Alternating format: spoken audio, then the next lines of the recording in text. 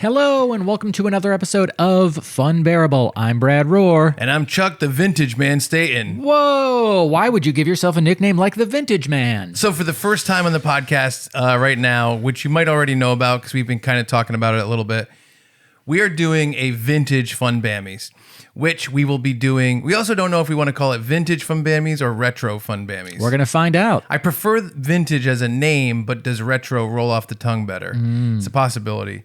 So what we're doing is every year in January, we do the Funbammies, Yes, which is the best. Go ahead. Our favorite things in movies and video games and TV and music from the previous year. Yeah, so we thought halfway through the year, let's do a retro Funbammies from when we were younger. Yeah, the podcast didn't exist in the year, for example, 2000. Yes. But we liked things in 2000. What things did we like? Yeah. I did too. You like things in 2000? I liked things. I liked some things. Yeah. Not everything. Yeah, I agree. So we thought halfway through in maybe July or June, we would do the retro ones where we go back to when we were children and talk about the best of that year. I graduated from college that year. Yes. And we thought that that would be a fun little thing to do. You know, if people like it, maybe we'll do it every year. And this year we are starting with the year 2000, 26 years ago, when I was a wee lad. I think in 2000 I was 15. I turned for most of I it. turned 22 in 2000. I turned 16 in 2000. Yeah. So most of it for me was 15 years old. Sophomore year. Before we get to it, we do have a Patreon, patreon.com/funbearablepod. It's $2.50 a month. You get access to over 400 previous episodes of the Chuck and Brad podcast. Maybe there's a vintage Funbammy in there. Who knows? I thought we were posting on the main feed before this. Oh, all right. It's on the main feed. There's a lot of content. There's a lot of stuff. Yeah. We have exclusive live episodes that we've never released in public, which is really fun. And we have to get back on doing our live hangs. Our live hangs on the podcast. Because we did one, which is another exclusive episode. We got to get back into doing them. Yeah. But it's a lot of fun over there. All right, so this is our favorite stuff from 2000. It was tough, and also I just want to say it's hard to remember exactly what you were listening to, what you watched. So we kind of have to go off of what came out during that year. I'm loose and goose. Yeah, me too. On this, and it's some of the things I remember getting or doing in 2000. Some of them came out in 99 and I got to sure, whatever. Some of it came out in 2000. I liked it later. It's all under the same umbrella here. And I'm keeping track of what I talk about. So let's say we do 2001 next year. Oh, that would make sense. I'm not going to repeat myself. I'm keeping track. I only like the same stuff. That's true. From 2000 on, I haven't liked anything new. That's true. We thought this would be fun. So let us know. And also after this, write in. What is your favorite stuff from the year 2000 or from when you were a kid? Whatever you want to do. I guess we'll start with video games. Okay, video games from 2000. This is tough. This one was a tough one for me. It was tough. Our normal categories include favorite handheld, not really a thing. Favorite retro, not really a thing. Favorite multiplayer game from the year 2000. My favorite multiplayer games from the year 2000, I believe, were game, and this is to place it. Like I said, I was a sophomore in high school for most of it. My birthday's in August, so for the first 8 months, I was 15. Right. I believe my favorite multiplayer games at the time were NFL Blitz and NBA Hang Time. Very fun games. I feel like those are the sports games that I like. They're a little bit sillier. They're a little bit looser with the rules. No fair catch, is that what it's called? Yeah.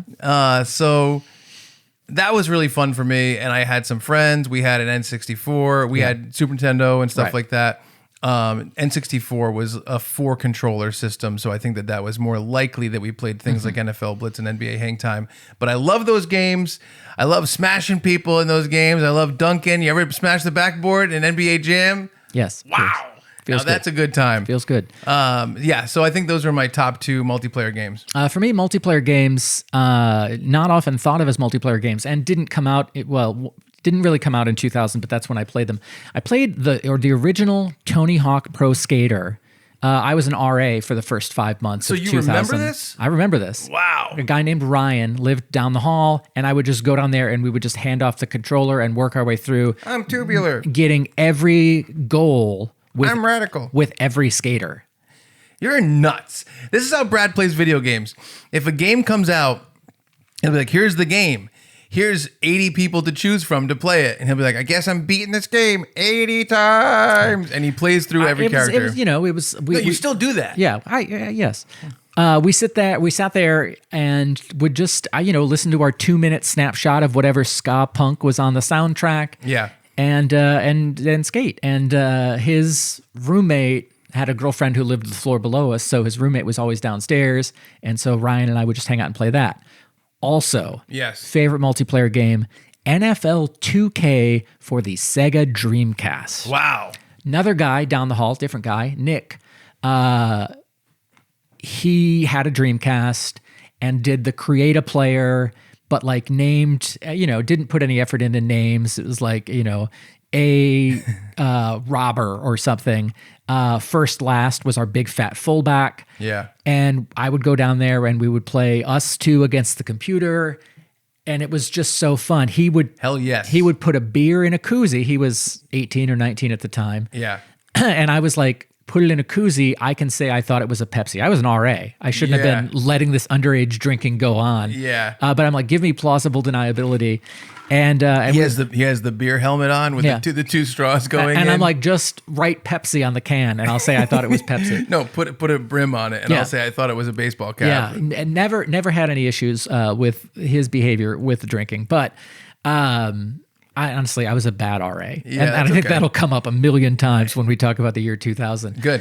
But I would go down there. I remember one specific game, and we, all our players are like 99s, like the best you can be. And so we would never be in danger of losing. But one game we were losing like 6-3. We had been goofing around, and last play of the game, he throws a Hail Mary, and we're running down there to try and catch it. It gets tipped, and our big fat fullback, First Last, dives and catches it in the end zone, and we win. We're shrieking, we're banging on doors, pulling fire alarms. My hat, my beer helmet hits the wall. It smashes beer everywhere. goes everywhere. Yeah, it was one of the great video game moments of my life. Oh, without a doubt. And it felt really good. And so the idea of playing that and like having the freedom, I live on a floor with 40 dudes. Yeah, I was the senior; they were all freshmen, and just you're with virtual peers. I was nominally in a position of power. I probably wrote up 2 people all year. Yeah. And had to call the police on a pot smoking incident. But other than that, I was like, just get in your room, you goofballs. Yeah. I didn't know a lot about institutional liability at the time. But that was what I like. My favorite multiplayer games, like those moments were really great and really special. And not that we didn't have GoldenEye or Smash Brothers or whatever in there, but those are the ones that stick out the most for me for favorite multiplayer game. That's great. I love that. Yeah. Yeah. I mean, the sports games are too fun, especially the loose ones like that. Yes. They're just too fucking fun, especially playing them with your friends. Yep. Especially when there's 4 of you and it's versus each other, you're going against each other. That's the best because you're flipping out in their face, then they're flipping out in your face. Yep. You're running into each other, you're cracking your beer helmets together like 2 bulls. You know what I mean? Yep. Yeah, like that. The bulls don't make that sound. No, they don't. That's okay. Next category is favorite Nintendo game. I have answers. I have 2 answers, and I'll start. WrestleMania 2000. Was the precursor to WWF No Mercy, which is widely considered one of the most important wrestling games of all time. WrestleMania 2000 was like that. Not as many features, no ladder match, but I did a lot of create a character. Oh my God. Brad Rorico, The Roar, Stone Cold Brad Roar. I had a real range of creativity for myself. And, I made my brother and our friend Steve, Brentar, like Mantar, I guess, or a centaur. Yeah, and Stevel, because he was Steve and he was evil, and they were basically the acolytes. That's really funny. And then I'm like, I need a female character, but like, she's gonna have Terry Runnels taunt where she like pulls up her skirt and shows her thong, and I just my God, I different person at the time. I named her Fire Slut was my character. And I had forgotten about this, and then I found my N64. Can we change that to your nickname? Yes. 2 years ago, I went to plug it in, and I'm going through the characters, and I'm like, what the hell was I thinking? Oh my It's God. so dumb. Fire Slut. So I did love WrestleMania 2000. I played that a lot. Oh God. And then in May of 2000, Excite Bike 64 came out. Yeah. And I played that a lot. But, God. you're trying to beat time trials and advance and do that. And the guy that lived next door to me, his name was Charlie. This is, again, still when I was in school. He would like sleep all day. He was Vietnamese. He never got accommodated to Midwest time. So he'd sleep all day. And I'm screaming at Excite Bike. And he had to come over and tell me, the RA, to quiet down. Oh, that is hilarious. And I'm like, it's 3:00, dude. Wake up. Like, yeah. Shut up, Fire Slut. Yeah. I just called everyone Fire Slut. Why Fire Slut? I don't know. She was dressed in red. That was it. Oh, that's not bad. Yeah, that was it. It was very dumb. If there was a new character in WF right now called Fire Slut, it'd be hard not to get behind her. Yeah. So those are my two favorite In terms Nintendo of supporting her. I know what you mean. Okay. Yeah, that's it. Single entendre. Yeah. So those are my two favorite Nintendo games that came out that I played a lot of in 2000. What about you? Okay, so for me, WrestleMania 2000 is at the top of my list of games. And the best thing was create a character. Yep. One of the jokes, I don't know who we made it with. Back then, we thought about the idea of changing, not back then, sorry, in more recent times, we thought about going into WrestleMania or No Mercy Yep. and changing every character to a variation of Brad and calling it World War Brad. Yes. Which is so, I would love to do that. Yeah, Royal Rumble with 20 Brads coming down. 20 Brad variations. Yep. Fire Brad. Yeah. So I loved it too. Me and Christian, I'm going to get into the backyard wrestling next year. Okay. That's when I'm going to get into it. 2001. I don't know when it started, but it could have started by now, but I don't want to commit to that. Yeah. There's a lot of stuff that's either 2000 or 2001, Right. and I'm splitting it up a little bit. So me and Christian as a tag team were the Handkerchief Brothers. Do you know about this? Nope. We take a handkerchief, right? Yep. You tie it at each four ends. Uh-huh. You make a thing, Yep. and you put it on your head. Okay. And you're a handkerchief brother. Oh, wow, that's all it takes. That's all it takes. So we were the Handkerchief Brothers, and then we made like Jordan and Lou was like a ska guy and stuff like that. Our good friends. And man, WrestleMania 2000. And then two other games that came out that I really like are Perfect Dark 64. Yeah. Which I really want to beat. Me and you started playing it Yes, as we a did. 2-player game. We got to beat that. Is it online? I don't think so. You sure? With a rare collection? I don't know. Oh, I'll have to look. And Donkey Kong 64 came out that year, which is I love Donkey Kong Country. I love Donkey Kong. This game, I think, is widely regarded as very bad. I think so, yeah. And I never beat it. It was really, really difficult to play. And it's one of those things where it's still on my list of games to beat. Yeah. Since then. Yeah. And I had 26 years. I yeah. had the yellow cartridge. I still have the yellow cartridge. And someday I'm gonna beat it. Wow. And we'll do it. We'll do a 4-episode arc about it. We'll beat it live as I go. Yep. But yeah, WrestleMania 2000 was unstoppable. It had to be my top for the year. Yeah. I'm glad you reminded me of it because I actually didn't have it on my list until you said that. But without a doubt, it was my top. Favorite Microsoft game was a category for our normal Funbammies. Microsoft wasn't a gaming company at the time. Really? Yeah. So favorite Sony game for the PlayStation 1, or I'm sorry, for the PlayStation 2, because I think the PlayStation 2 came out in October of 2000. Yeah. And I got the game SSX. It's a snowboarding game, precursor to SSX Tricky, which I think is more widely regarded as a cool game. Yeah. But Sony had not very many games that year for the PlayStation 2. I never had an original PlayStation. My brother had it and was selfish with it. Yeah. I'd have to wait until he left, like when he still lived with my parents in like 98, 99. If he was gone and I was home on break, I would put in one of his CDs into his like 5-disc changer. Yeah. Often it was Bad Religion's Stranger Than Fiction, and I would play the indoor soccer mode of FIFA 98 on the original PlayStation. Yeah, that's fun. And then if like I heard his car pull in, I'd like try and put everything back as quickly as I could. Yeah. You're falling down the stairs. And so, yeah, SSX for the PlayStation 2. I waited outdoors the night before. I went to the Target in Highland, Indiana with a couple of friends for the PlayStation 2. They had 50 PlayStations. I got there at 10:30 p.m. I was number 17. Wow. That's pretty cool. Yeah. And, we stayed up all night. Great attitude in the line. Like, at one point, we went down to somewhere else to get hot chocolate to warm up our hands. That's fucking People fun. were, like, once we got the numbers, we were fine. And people would drive by at 6 a.m. We're like, no, they only have 50. There's 50 of us here. And, I got the PlayStation. But I had worked. No, I finished that. And then I had physical. I got it, got home, had physical therapy for my back, had to work.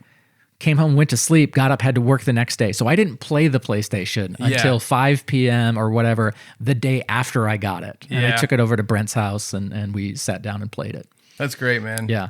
But yeah, that's waiting outside all night seems insane in a world now where pre-orders rule. Yes. At the time, less so. And I'm lucky for it. Yes. So that's where I'm at PlayStation 2 wise. We never had a PlayStation 2. Yeah. So for me, it was just the N64, and my brother had the original PlayStation. Yep. But I don't think I played PlayStation games in 2000, really. Got it. Because the games I played were Tony Hawk. Yep. Which, when did that come out? 97? Yeah, 97, 98, somewhere in there. So that, Area 51, the light gun game. Of course. I don't even know what else I played on his play. Oh, Apocalypse. Oh, okay. Which I don't know when that came out, Yeah. but I think it came out previous to this. Because if the PlayStation 2 came out in 2000, there's probably not a lot of new PlayStation games coming out for the PS1. So I didn't play PlayStation games. Yeah. Favorite overall game? Well, I'm going to tell you this, and you might have to adjust. I'm definitely going to have to adjust. WrestleMania 2000. When did it come out?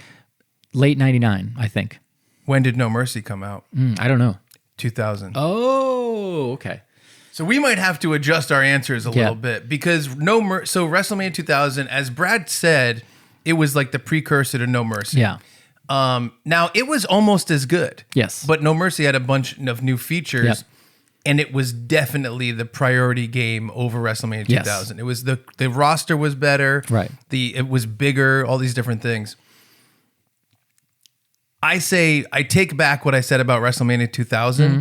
I probably did all that stuff in 99. Yep. But identical answers for WWF No Mercy. Right. It was the same exact type of game, same playing style, just expanded. Can I tell you newer. What hurt my vote of No Mercy was that there were glitchy cartridges that wouldn't let you grab the title on a ladder match, and that I had that cartridge. So I would do a ladder match, and it would be like half an hour of Brad Rorico beating up Stephanie McMahon or somebody, and I could never grab the title because it just wouldn't let me have it. And I'm hitting the A button, I'm doing this. So No Mercy to me, it's a broken game. I did not win a ladder match on No Mercy until I played it at your house in 2009. So I'll say this. There was another problem with the No Mercy cartridge. Do you remember this? Mm-mm. It refused to save. Oh. So you'd play... Yes, I had that as well. Of course you did. Yeah, a lot of glitches. You're playing out. Yep. You never tried to swap it out? No, I don't think so. I think you could swap it for free, but you'd have to do it through Nintendo. Yeah. But yeah, No Mercy... Great game. Tops WrestleMania 2000 for me. I don't think I had the glitch cartridge because I remember beating the career mode. Yeah. It's tough because WrestleMania 2000 is so similar. Right. But I really think I did which one had all the Foleys? The second one. No Mercy. No Mercy, yeah. Yeah, that's got to be the one that I beat. They also had the Dudley Boys. Yep. You know? My favorite overall game was Madden 2001. I had back surgery that year. I was on bed rest for weeks, and that happened to be when Madden came out. Like, my mom got it for me coming home from work so that I would have something to do during the day because I could not sit. Mm-hmm. I was in so much pain. Our computer was upstairs. I couldn't go upstairs and sit and be on the internet. 2000, didn't have it on my phone. And so the N64 and the TV, that was all I had. Yeah. And so getting a new game was a godsend for me. Oh, and yeah. I was watching like Sports Center, and so I'm like, I'm going to be the New York Giants. They've got Tiki Barber and Ron Dane, Thunder and Lightning, blah, blah, blah. And they weren't great because whatever.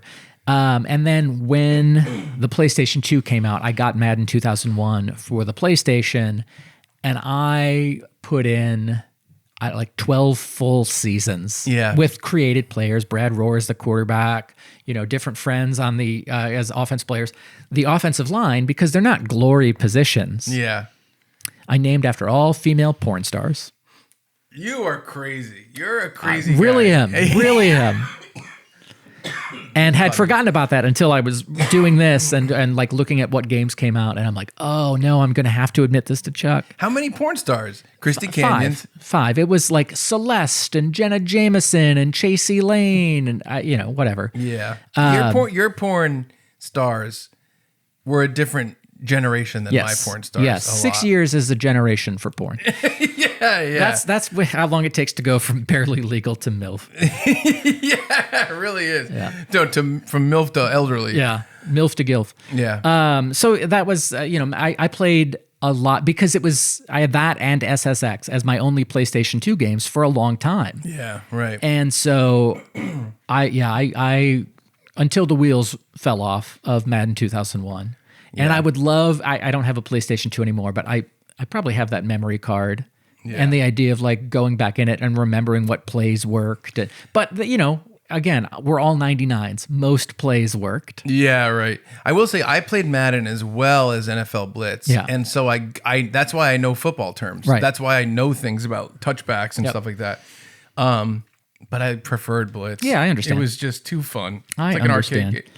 So those were some favorite video games we had and video game experiences from the year 2000. Yeah. Now we're on to movies. And I don't have a thing for every category on here, but I have a lot of movies. I have a lot of movies too. Yeah, you probably have more than me. But we'll start with favorite comedy. I can't imagine that the stuff I have that you won't react to. Yeah. Favorite comedy for me? Yep. I put Almost Famous. Wow. Did you know that movie came out then? I did know it came out then, but I didn't realize it was your favorite. I just love, if people don't know about Almost Famous, and it's not a big one, obviously everyone remembers Tommy Boy, lesser known, but probably also pretty ubiquitous.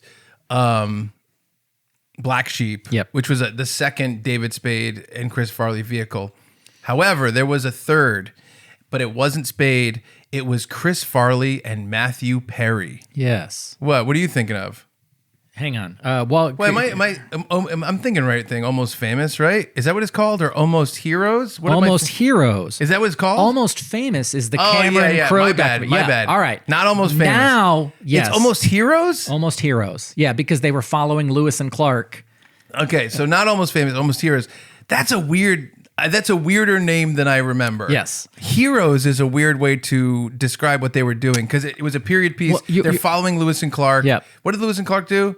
Like kind of made a path, but like found a path, mapped a path from like St. Louis to the West Coast. Yes. And so the Oregon Trail. So yeah, exactly. So Chris Farley and Matthew Perry were basically doing the same thing, but we're behind. And they were obviously bumbling. Oh yeah. I love Matthew Perry. Yep. I love Friends. And Chris Farley might be my favorite comedian of all time. I think of everybody that's in comedy as a comedian, not just stand-up comedy. And that combo was great. Runners up. And almost at the top, Road Trip and Scary Movie. Road Trip is my favorite comedy of the year 2000. Road Trip is great. Breckin Meyer and Amy Smart and Tom Green. I was 22 years old and they're dealing with like, oh, we have to take this road trip to a different college and blah, blah, blah. And I gotta watch these movies. They're so good. Oh my God. It was just, that was my sense of humor at the time. And it really, really landed. So when I was looking up movies that came out in 2000, I was like, oh, that's great. Runners up, a weird one for me. Dude, Where's My Car? Oh, that's not bad. That's not a bad one. Very silly. I loved the movie Bedazzled. Yeah. I loved the concept of the movie, and I loved Elizabeth Hurley in a tight red dress. Woo-wee! But the movie itself, I would have taken another pass at that script. I want to give you something before you move on. Thanks. It is a ticket stub for the movie Road Trip that Chuck went to see at 7:40 p.m. on Sunday, May 28th, 2000. How do you like that? It was an Auditorium 9, and he paid $8.25 for the ticket. How do you like that? That's crazy.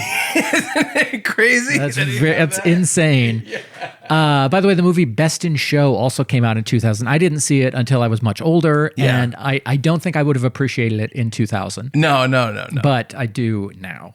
I do have other ones. Yes. I have so like I said, Almost Heroes, Yes. Road Trip, Scary Movie. Yes. Which is, I think, I'm not a big parody movie guy whatsoever. There's a million parody movies that I'm not fans of. I mean, I'm fans of like Robin Hood Men in Tights. Yes. But that's almost not a parody. Yeah. It's like we took this story and we made it funny. Right. It wasn't a direct parody of a movie. Scary Movie is so good. Scary Movie 2 is so good. And Not Another Teen Movie is so good. But besides that, I'm not a parody movie guy. Then Tier 3. Okay. Whole 9 Yards. Another Matthew Perry and Bruce Willis vehicle. Yep. Me, Myself, and Irene. Yes, Jim Carrey. Very well done. The Replacements. Yes, that'll come up later in my movies. And Meet the Parents. Yes. Tier 4. Wow. Ladies Man. The great line in that movie, can we take your car because my car doesn't exist. Yes. Amazing delivery from Tim Meadows. I love Ladies Man. I haven't watched it in forever, but I really loved it. Big Daddy. Yep. And then my final tier, Nutty Professor. Never saw it. And Nutty Professor 2. Yeah, the Clumps. And Little Nicky. I think the Clumps was later. I don't know. Maybe it was the same. But I love the Nutty Professor movies when I was a kid. I never saw them. Yeah. They're legitimately funny. Hercules. That, I mean, I hate saying that because everyone said that. They sure did. But not in 2026. Now I'm bringing it back. Yeah, I'm bringing back Hercules. It's retro. It's vintage. Yes. Who knows? So that and like I said, Little Nicky. Yeah. All very fun comedies, but that's my tier list of like, I like this the most, this the second most. But Almost Heroes at the top of the thing. There's a lot of movies that I love for comedies that are not well known. Yeah. Like Almost Heroes, Screwed, The Replacements, like these movies that I think never really connected that much and people don't remember them. Yeah. But I love them. Yeah. So that's my big comedy list. That's a great comedy list. Favorite documentary? I didn't watch a documentary. I didn't watch a documentary or know about one. Maybe Bowling for Columbine. Did that come out? When was Columbine? 99? It could have come out. Bowling for Columbine, which I liked. I mean, Matt Stone was in it. Marilyn Manson was in it. I also liked the argument about music influencing these kids because I was so against the idea of like art is responsible for real life violence. And I still feel that way. And I really appreciated the arguments against it in Bowling for Columbine. But again, I'm not sure it came out then. Favorite drama? I stretch drama for what it means, but I do think it's accurate. Okay. Unbreakable. All right. It's definitely not an action M. movie. Night Shyamalan movie that followed up The Sixth Sense. And it was Bruce Willis and Samuel L. Jackson. Yep. And I will say, like, the train crash off screen. Yep. The gun part, he doesn't shoot him. I don't think it's an action movie. Yeah. So I think drama or thriller. Yeah. Probably thriller. Yeah. Was it thrilling? Yeah. Drama is fine. Yeah, I think drama is fine. You know, it's our show. My thriller is very different than this in terms of tone. But I loved Unbreakable. I think it's great. I think that the movie, what was the last movie that ended it? Glass? That was the end of the trilogy. Yeah. Didn't love it, but there were elements of it that were so cool, especially with Bruce Willis and Samuel L. Jackson. Yeah. And McAvoy did a great job as well. It's just not a character I'm as invested in. Yeah. How about what do you got for favorite thriller? Favorite drama? Oh, you still have the drama. My bad. I have two here. Remember the Titans. Okay. Didn't see it. Football movie. Yeah, Hayden Panettiere as a really like a precocious, annoying kid. How old? Oh, 12? Oh my God, that's insane. Yeah. She's like 86 in Scream 7. Yeah, she calls her dad coach, the whole thing. Not really 86. Yeah. I'm joking. She's still beautiful. Just like she was in, what was she beautiful in when she was like 20? Heroes? Heroes. Yeah. That's what it was. Remember the Titans, football movie that also defeats racism.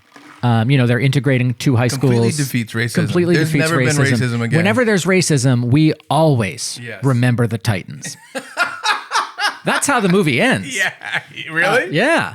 That's funny. And then also The Green Mile. Yeah. An adaptation of a Stephen King book Yep. that he published, I think, as serials, Serials. Yeah. And I think Frank Darabont did it. He had also done Shawshank and I think later did The Mist.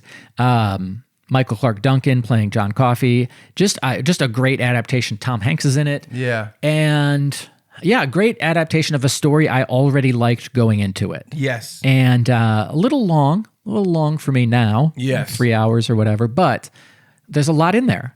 Yeah. And it's a moving story and Mr. Jingles and all that. So I really liked it when I saw it. That's great. Yeah. So that's what I had for favorite drama was those two. Favorite thriller, I just put 4 question marks because I don't know. You might agree with me on favorite I hope thriller. so. Memento. Yes. I didn't see it until like 2005. I didn't see it probably in I don't know when I saw it, but Memento has to be my thriller of the year. I love Memento. Yeah. I got to watch it again. I don't know if Natalie's ever seen it, but I'd love to watch it. I should watch it again just to remember it. You're like the guy from Memento. I'm exactly the same as the guy from Memento. yeah. Brad did it. That's Yep. your tattoo. Yep. No, I love Memento. Ouch. Definitely my thriller of the year. Yeah. No, it's a great film. Favorite horror movie. This was obviously before I met Chuck in 2007. And I was still of the mindset, I don't want to watch horror movies. Mm-hmm. So even though Scream 3 came out in 2000, I didn't watch that until probably 2008 or 2009. Yeah. At your house when, for some reason, we decided to watch all the Scream movies. Yeah, that's a good night. So especially when it starts at like 10 o'clock at night. it started later than that. Yeah, no, it probably started at 10. Yeah. The actual movies, and I got home at 4 in the morning. I was not that happy. was worth I was it. not happy. But yeah, so I like the idea of going to the cinema in the year 2000 Yeah. to watch a horror movie wouldn't have happened. Yeah. And part of it is So you were 27 when we watched those movies? yeah, probably. Whoa. I can't even imagine you at 27. I was probably 29. Well, 26 years ago, you were 30. 26 years ago, I was 22. But in 2007, I would have been 29. well, you're 46. Yeah, we didn't watch it until 2009-ish. I'm 48. Oh, okay. Or I'll be 48 in Nuh-uh. a month and a half. Yeah. You're not 46? I'm 47. I missed it. Yep. I missed that year. Yeah, you did. Darn it. You should have told me. You're on Staten Island. Yeah, that's true. You're busy. Just the idea of going to like, so I like I said, I was an RA. I was still in college for the first 5 months of the year, kind of winding everything up with senior classes. And then I came home and I had no real outlet, no real friends. Yeah. I had friends, but they had been living their own lives for 4 years. Yes. And had their own, relationships and everything. And so the idea of going to the movies between like late May when I moved back home and then dealing with the back surgery. And so kind of from October 1st on, then I'm like, oh, I'm up and I'm ambulatory again, but I'm working at Walgreens and like, I'm not making friends with these people or I'm making work friends with these people, but we're not going out afterwards. Yeah, I hear you. And so I don't know that I went to the theater after May of 2000 Wow. because I wouldn't have had anyone to go with. Wow. Yeah. So my favorite horror, I think the best one of the year was probably Final Destination. Yeah. Final Destination was big and it was a new concept and it was cool for the first couple. Secondarily, Okay. is that a word? Tier 2? Yeah, I think so. Scream 3, Yep. which isn't amazing. Right. It's just like part of the story. I did love the idea in Scream 3 where, they're on the movie set to film Stab, which Yep. is a remake of Scream. Yes. So it's a new cast, a lot of new cast members playing the original cast members. Going in the wardrobe where it's all these different ghost Scream face costumes. masks. Yeah. Oh, It's great. That's great. And the Cell. Yes. Which is, I don't remember Jennifer that well, Lopez and yeah. but I remember enjoying it. Yeah. I remember liking it. It's really bizarre. Yeah. And then thirdly, and I don't know if this is horror, but it's a very well done movie, is American Psycho. Yes. That's a good one. Yes. Christian Bale. Yeah, really. What's the writer's name? Bret Easton Ellis. Yes. It's a thinker. It is. Yeah, I liked American Psycho a lot. Again, it's not really in the horror category to me, but I put it there, so that's why it's in the third tier. Nice. Next category I have is favorite animated / family. Mm-hmm. I have two here. One is a sequel. Toy Story 2 came out this year. And again, didn't see the Toy Story movies until later, but really enjoyed it. A movie I do remember seeing that year. Yep. And not loving, but I want to shout it out because it's overlooked. Yep. Possibly because it's not good. I don't remember. Yep. Titan AE. And Really? it was the idea of... I can picture the cover. It's like after Earth and, they have to get a new planet or a space station or whatever. You love Titan movies. I do. Yeah. Yeah. Remember the Titan AE? Barely. Yep. And that might have been one that I went to see in theaters in Peoria, when I was still at school. And then I was like apologizing to my friend Chad afterwards, like, oh, I thought that movie would be better. But yeah, it's just looking through the movies that came out that year. I'm like, oh, okay, Toy Story 2, clearly a better movie than Titan AE. Yeah. But I want to, give some love for these animated features that are overlooked and forgotten. I agree with you. For me, the best animated or family movie was the live action How the Grinch Stole Christmas. Yeah. Which I did watch back then, but I didn't get an affinity for until later. Yeah. And I really was like, oh, this is a really cool project. I think they did a very good job. I don't think I watched it until like 2017. I didn't watch it also until, at your house. Yeah, till later. But like Jim Carrey really murdered that role. Yes. The idea that he had to go through do you remember the training thing? Yeah, the CIA training or whatever. To deal with the pain of having those contacts in, which kills me inside. Yep. Like to think about that. Oh my God. I don't even do regular contacts. Yeah. My runners up are Toy Story 2, which is very good. That was originally supposed to be straight to DVD or video. I don't know. VHS or probably DVD. Yeah. And Disney just thought it was so good that they put it out in theaters.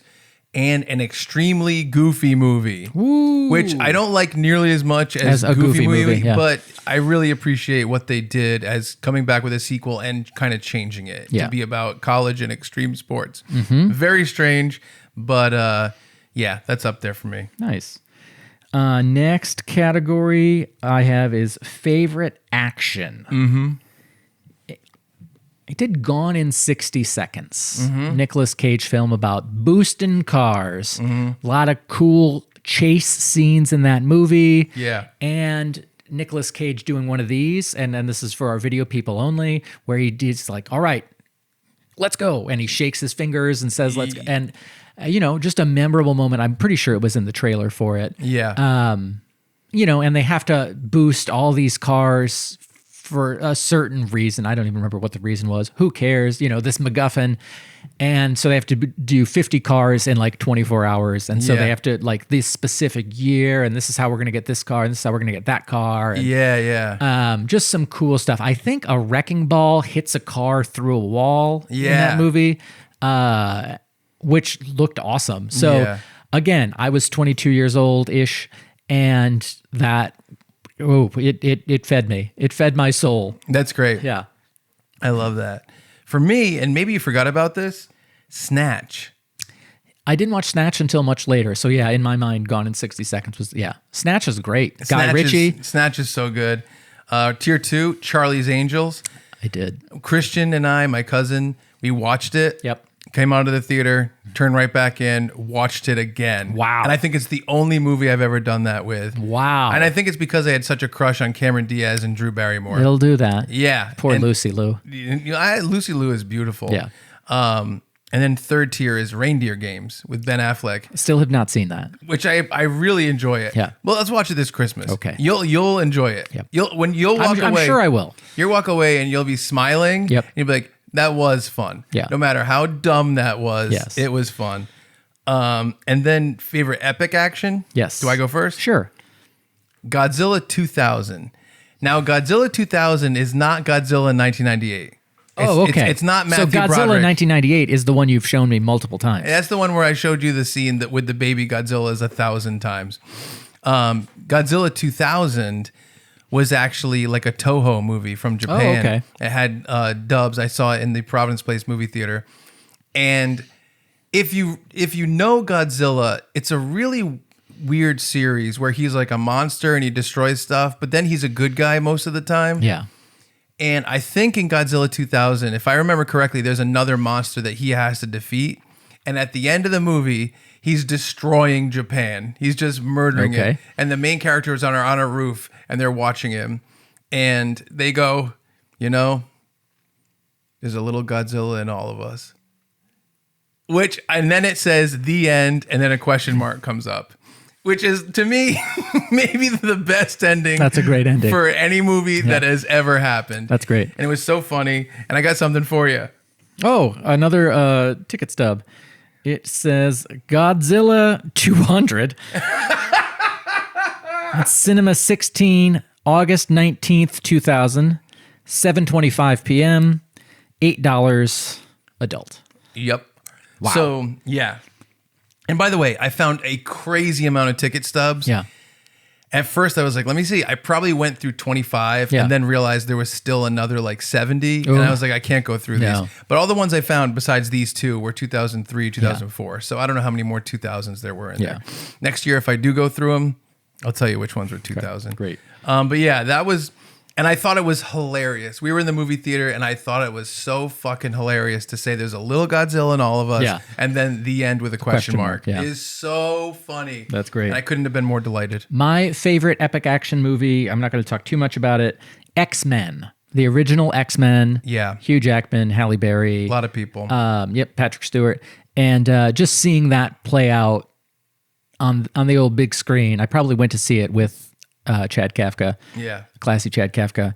And he was a comic guy, so he knew all the lore and was able to explain everything to me. It's like, all right, she's a storm goddess. I'm like, well, then why is her name Storm, not Storm Goddess? And he's like, shut up. Sure.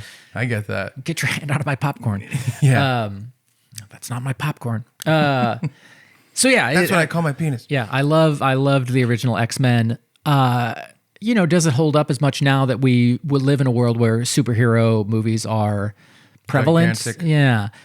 Maybe not as much. You still have the line, like, what happens to a toad that gets struck by lightning?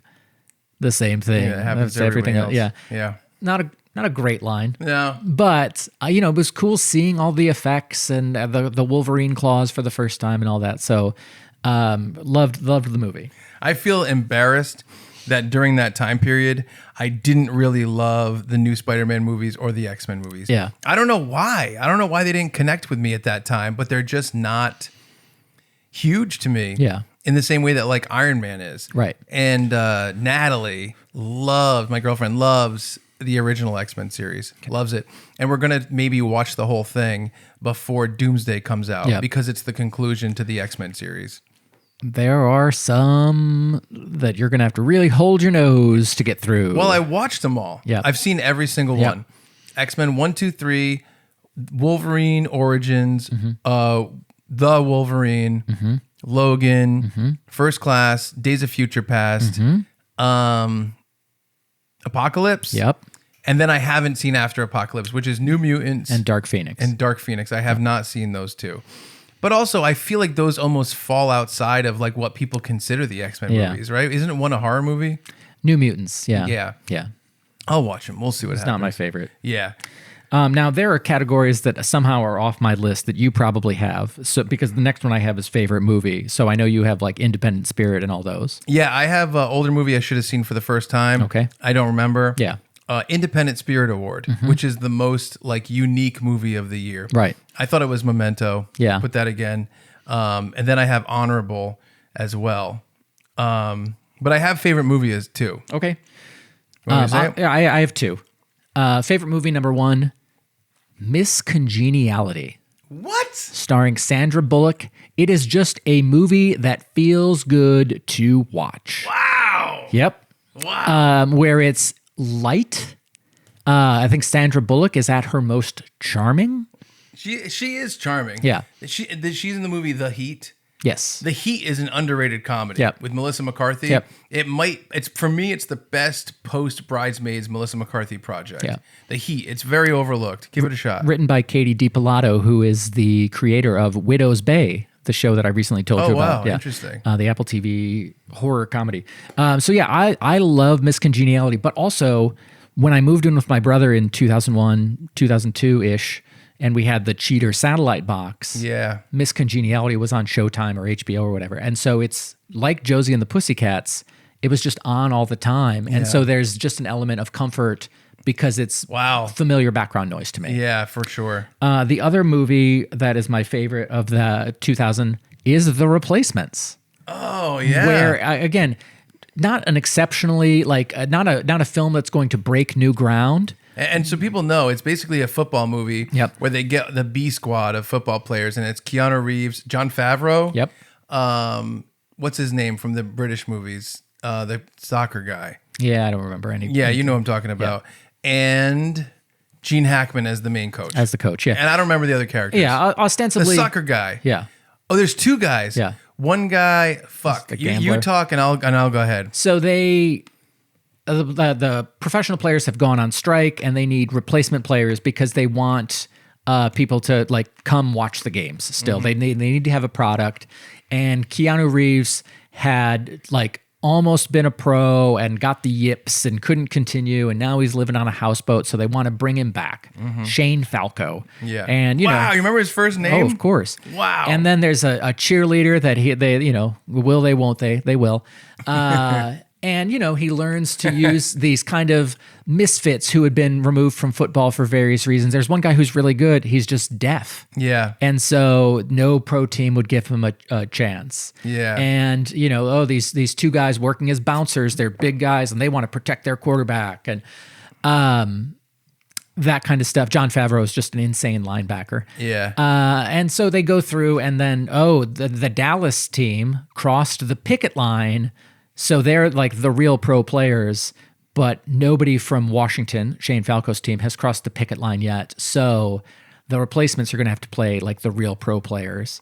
Shane Falco, the other quarterback, crossed. Shane Falco can't play, but he's watching the game at home. And they ask Gene Hackman, what do you need to come back and win this game? And he says, heart, miles and miles of heart. And Shane Falco's like, me. And so he goes, and you won't believe how it ends. But...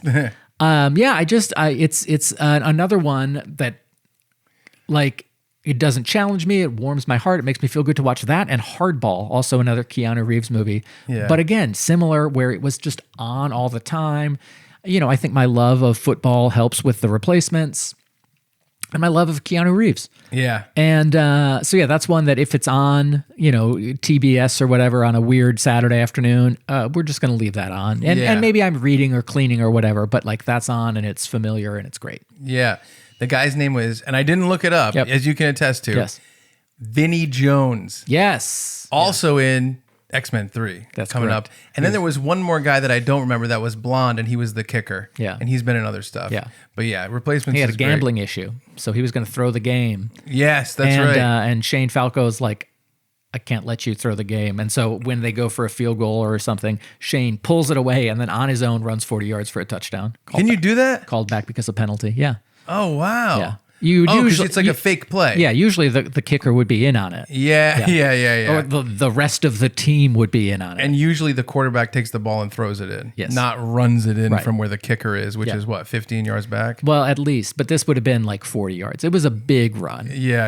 And then they had a penalty, so he had to throw a pass or whatever. Yeah. Besides me, who wants the ball? But yeah, I love The Replacements. Me too. Same thing where it's a favorite from that year, not necessarily the best. So I know Gladiator came out that year. Not for me.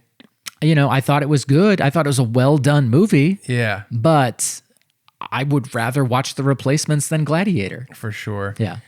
For me, I put Unbreakable. Yep. And I think it's tough to choose between Unbreakable, Snatch, and Memento.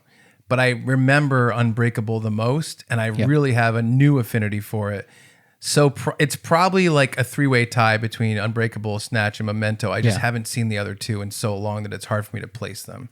remember the commercials for Snatch, and it like Brad Pitt plays the mumbly mouth character, and it was like Careful of dogs. it seemed so focused on that. I'm like, I don't want to see a movie where people mumble for 2 hours.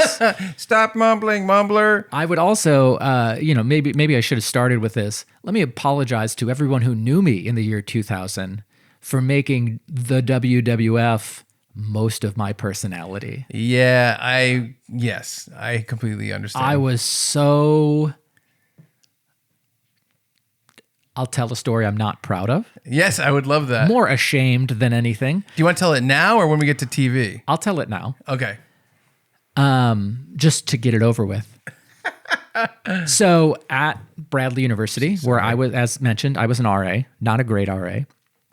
There's a hall council, and it's students who live in these halls, in this case, Harper and Wyckoff halls. Mm-hmm. And, they plan programs and they hear complaints and things like that. And it teaches you leadership and how to run a meeting. Yeah. I had been the vice president my freshman year. And then as an RA, I was like, well, let's let other people have power, whatever.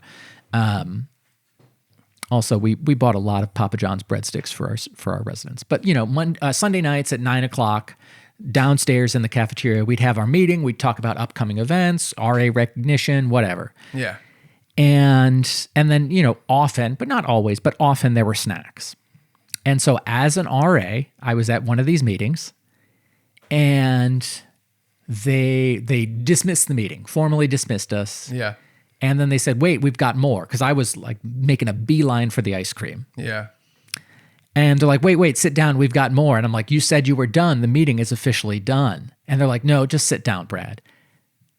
Stone cold Brad roar. Yeah. Nope, no crotch chop here. Stone cold Brad roar. Double bird. And I walked out. And the advisor, my friend Trent, came to me afterwards. He's like, hey, that was really disrespectful. Yeah, I would imagine. And I'm like, Trent, you ended the meeting. You can't continue the meeting. He's like, you can't flip off the students like that. Yeah. And I'm like, he's like, they're down in the RD apartment, like HD apartment and hall director apartment. Go down and apologize to them. And I went down and I gave the worst apology where I was like, hey, I'm sorry you were offended. Yeah. Like it was definitely not an apology for my inappropriate actions. Bradley 316 says he's sorry for offending you. Yeah. And then I gave everyone stone cold stoners. No, what a stupid reason to give people a middle finger is that you didn't let me get ice cream exactly the second I wanted to get ice cream. That is so funny. I was so anti-authority, even though I was authority. Yeah. It's even I would never do that. I know. Not a great moment for old Brad Bones. Yeah. And I've grown up since then. I realized that wasn't great. Yeah. Also in 2000, in that same cafeteria, a much more positive memory. Yeah. There was an RA date auction. Yeah. And so I want to say I hope it was a fundraiser for a charity of some sort. It was bid on an RA to go on a date with. Yes. And the date is like, we're all getting Jimmy John's and we're eating in the cafeteria together. So it's not the weirdness of like, oh, this girl, like this creepy guy bought a date with this girl RA and is like taking her an hour and a half from here. Yeah. So it's a communal date, whatever. I was like, I need to be the last one to go. I need to be the last one out there. Yeah. And I borrowed a shirt with like cool flames on it from my friend Carl. Fire hoe. Yep. And fire slut. And Sorry. And I turned off the lights and played Chris Jericho's intro music. Oh my. Lights came back on. I was doing the Jericho pose. Oh my God. I sold for $23. Where'd you go? Actually, we skipped going to the Jimmy John's thing. My friend Sherry bought me. Yeah. And we like went to Subway instead of Jimmy John's or whatever. Like Take that. with other people. Yeah.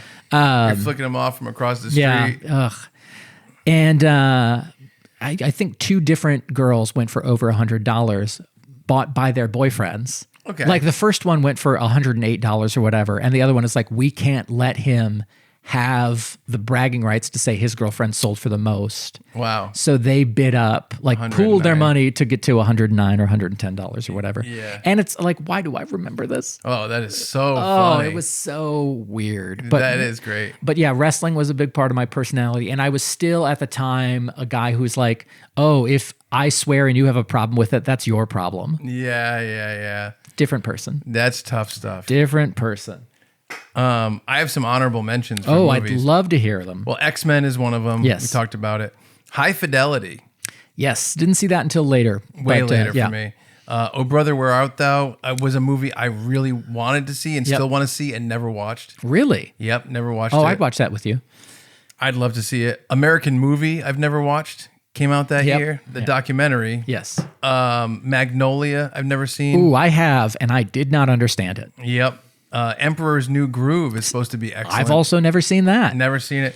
And then What Women Want. I have seen that. I went over I don't know if she was my girlfriend or someone I dated, and it was like when I was like 19, Yep. so it was in 2000, and we were in her room, and we just fooled around for a long time, Yep. and What Women Want was on repeat in the background. And so just like yours, Yep. there's a little bit of like, oh, it's so comfortable. Yeah, It had a fun time. Yeah, except you hear Mel Gibson speak and you get a little chub.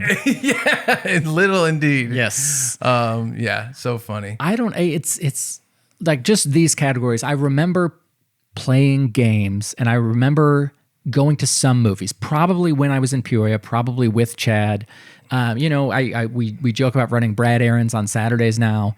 We would run errands on Friday afternoon. Yeah. And go to like the mall. Yeah. We'd eat at, oh gosh, what was the name of the place? Schlotsky's Deli, which was a Midwest chain. Yeah. And get some food and go to the mall and walk around. Yeah. And, consider buying a CD for $10 or $17. Yeah. Maybe in the evenings we would go, and it wasn't Chad, it was other people, to the Riverboat Casino. Wow. And, I'm getting paid essentially $50 a week to do overnight security in the residence halls 2 nights a week. And gambling $50 playing blackjack. So like a week's pay, sort of. Yeah. Even though I had housing and food taken care of. Yeah. To gamble on blackjack. And really, I think that helped me become more risk averse as I got older. Oh, yeah. And the idea of like, I don't want to gamble. Gambling is tough for me too. 2 different times I was down to my last $5 and went over to the craps table and bet on a 10-1 thing, like a hard 6 or a hard 8, and won and made my money back and stopped. Wow, which that's a lot good. of people can't do. But it was weird that it happened twice. And then like the 4th floor of the casino was smoke free. And they had a free like fountain soda machine. So I would just go up there, get a cup of Sprite, wander around, go back down. My friends who had real incomes, I would Yeah. watch them gamble. Yeah. And then like go get another cup of Sprite. And I was like, this is great. I'm really getting my money's worth in terms of Sprite. That's funny. Oh, it's terrible. But yeah, a different person in 2000. Yeah, I imagine so. Yeah. So I think that we're about at time. Did we do everything? Well, we have. I think we're going to do 4 categories in the next one. You sure? Yeah, I think so. Okay. That's whatever why. you That's think. why I was stalling so much. Oh, okay. Yeah. Do you want to do books, or is that going to be too? Yeah. Because I don't have much for books at all in 2000. Yeah. Then let's do books. I just didn't want to run out of things to talk about for the next one. But Next one has you have a lot- personal. yeah, you have a lot of music as well. I have a lot of music and a lot of personal. And so fav- do you, right? Yeah. Or you're kind of Yeah. peppering in your purse. Peppering in my purse. The Brad Rohr story. Favorite nonfiction book. Yeah. I think I read this in 2000. It might have been in 99. It's called The Wild Girls Club by Anka Rodakovich. Yeah. She was the sex columnist for Details magazine. Yeah. And I had seen the book at Barnes and Noble or Borders or wherever a million times, and I was too like scared to buy it because it talked about sex. And I finally bought it and read it and was, moderately titillated. Yeah. It's normal sex questions that she's asking. One story or one article, she was like, oh, we were testing all these different aphrodisiacs and like this one really worked and blah, blah, blah. And it was so foreign to me to see someone write or speak so candidly about sex at the time. For sure. Then I met Chuck Staten. Yeah. And now I like, give me those days back. Now he knows too much. Yeah. There's too many things going on. He wants the Men in Black mind eraser. Yeah, give me, yeah. So that was my favorite nonfiction that I read that year. I don't have anything for nonfiction or comedy or a graphic novel. Comedy for me was A Guy's Guide to Dating by Brendan Baber and Eric Spitznagel, two Second City alums. I have honorable mentions for comedy, though. I'll say probably not great. But at the time, again, 21, 22 years old, there's jokes about how like Star Wars is so influential for men, but we're learning the wrong lessons from it, where it's like, oh, a man's spaceship isn't supposed to take a woman to light speed, if you know what we mean. Like that kind of stuff. Yeah, which is a real stretch. Yeah, it really is. The whole book is a real stretch, but I liked it. Sure. At the time. So that was my favorite comedy book of 2000. Favorite graphic novel, I also had nothing, but you have honorable mentions for favorite comedy. Yeah, well, it's the thing is, it's hard to place things. Yep. Drew Carey's Dirty Jokes and Beer. Mm-hmm. When did that? Yeah. When did I see it? Right. Was it 98? Right. I feel like it was pre-high school. And then there were these Beavis and Butthead books I loved. Really? Yes, I loved them, but I can't place these. When did Beavis and Butthead come out? Oh, like 97, 98? 95? I don't know. See, that's the thing. Is so like I feel like know. I was still in high school, but I don't know when they came out, Yeah. and I don't know exactly. Yeah. So it's wow, tough. Beavis and Butthead promoting literacy. Yeah, they were funny. Yeah. I really enjoyed them. I'm sure. They were great, and I don't think they came out this year, but I'm just saying them in case they did. Yeah. Yeah. Favorite author. Yeah. 2000 was kind of the year I really got into Stephen King. Yeah. For so long, I put off reading Stephen King because I was too scared. Yeah. Late 99, I read the short story The Little Sisters of Illyria, Yeah. which was in a compilation of other novellas, fantasy novellas. And I was like, well, that wasn't so scary. Let's read these Dark Tower books and find out. Or maybe I didn't even read the Dark Tower books yet.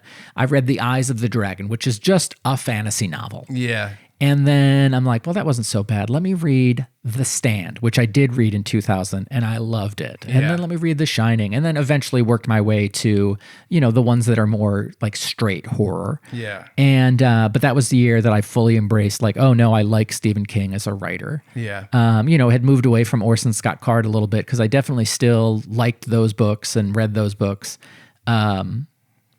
But yeah, Stephen King was the new kid on the block, even though he'd been publishing books for 25 years at that point. Yeah, right. But new to me, I read this.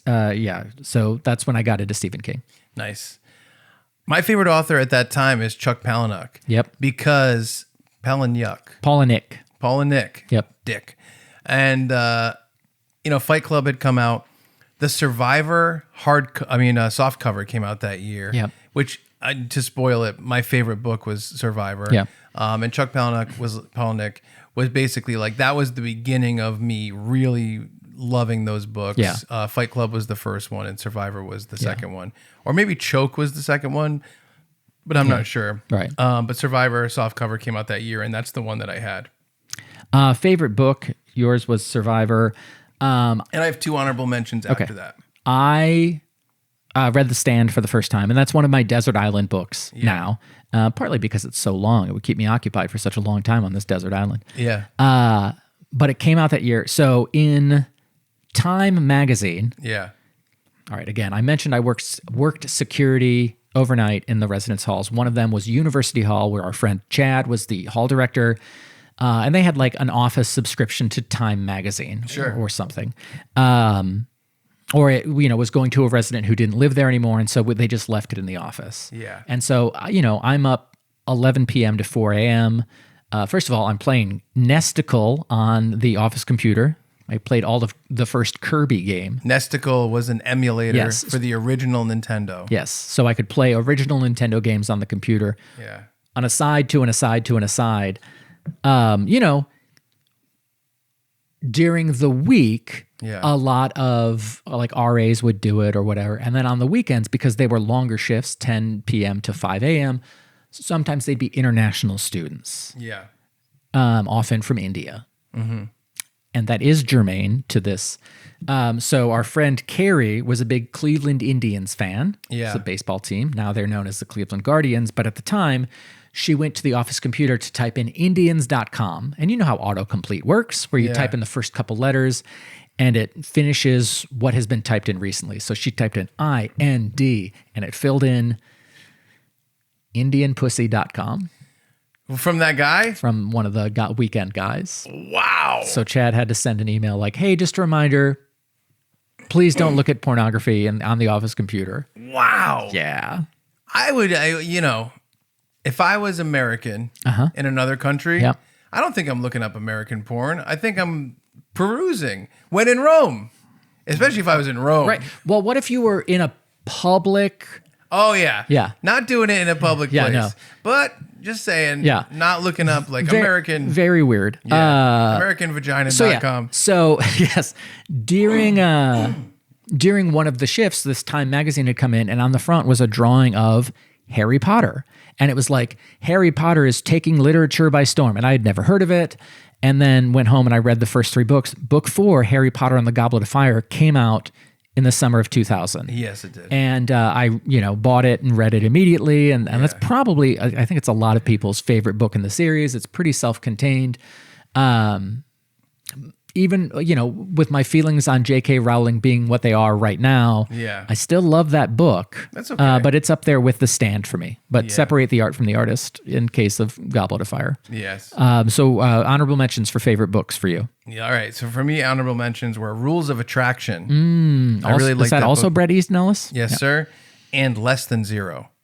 I don't know that one. Yes. Those are my 2 runners up.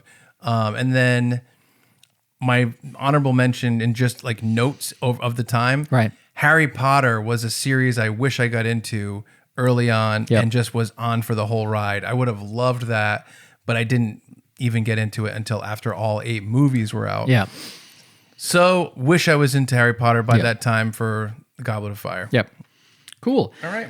Well, folks, if you have things you remember from the year 2000, specific memories, ticket stubs, whatever, send us an email, funbearablepod@gmail.com, or find us on socials at funbearablepod. We're always happy to hear from all y'all. Yes. You have another thing to say. No. Oh, you seemed like it. No. All right. I'm good. Well, all right. So thank you all so much for watching, and we're sorry for being Funbearable. I do have an idea. Okay, good. So Fire Slut? Yes. Your buddy? Yeah. Fire Slut? Yeah, best friend. From the video game? Yeah, I remember. You're doing tag teams? Ice Ho. Ooh. And that's like Scorpion and Sub-Zero. Yeah. You know what I mean? Yeah, I do. Because Definitely. it's hot. It's cool. ice. Yeah, it's fire. Heat, Song of Ice and Fire. And you know what she could say? Yeah, what's that? Get over here! I hate you.